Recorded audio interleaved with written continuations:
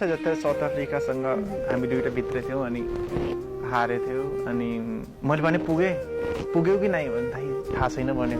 म डराइहालेँ, म यो आउट छ आउट भयो होइन। अनि म्याच सकियो अनि त्यो दिन फर्स्ट टाइम केसी मसँग रिसाएको थियो कि फर्स्ट टाइम अहिलेसम्म म रिसाउँछु तर ऊ कहिले रिसाउँदैन।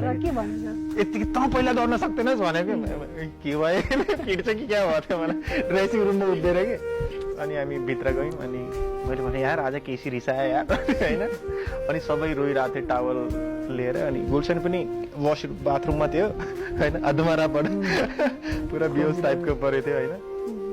अनि सन्दीपले राखेको थियो ल्याबमा अनि रोइरहेको थियो, सबैजनाले उठाइरहेको थियो अनि उठेन। अनि मैले गएर उठाएँ। मैले त्यसलाई भनेको थिएँ आज तिमीले जिताएको भयो मेबी तिमी स्टार बन्न सक्थ्यौ या इगो हुन्थ्यो या जे पनि ठुलो प्लेयर बन्न सक्दैनौ होला, म्याच विनर बन्न सक्दैनौ होला, तर केही छैन कि तिम्रो जर्नी त जस्ट स्टार्ट भएको छ नि त। के भयो त एउटा म्याच हारेर? किनकि स्पोर्ट्स लाइफमा यस्तो हुन्छ तपाईँले एभ्री डे राम्रो गर्दा गर्दा पनि त्यो मेहनत त गरेको छ तर त्यो रिजल्टहरू आउँदैन कि।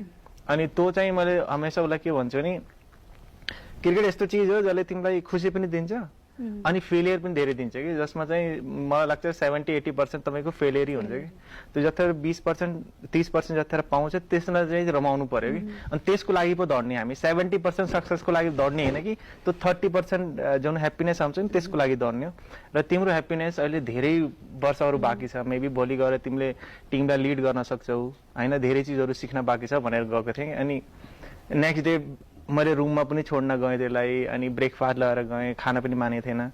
अनि मैले फेरि त्यसलाई अस्ति जितायो अनि मैले त्यही दिन राति भनेको थिएँ कि देखा लाइफ यसरी चेन्ज हुन्छ कि लास्ट टाइम हामी उहाँ हार्यौँ आज हेर के भयो, हामी तिमीले गर्दा राम्ररी जित्यौँ नि त म्याचेसहरू, तिमीले कस्तो वान साइड जितायो हजुर दाइ भन्यो।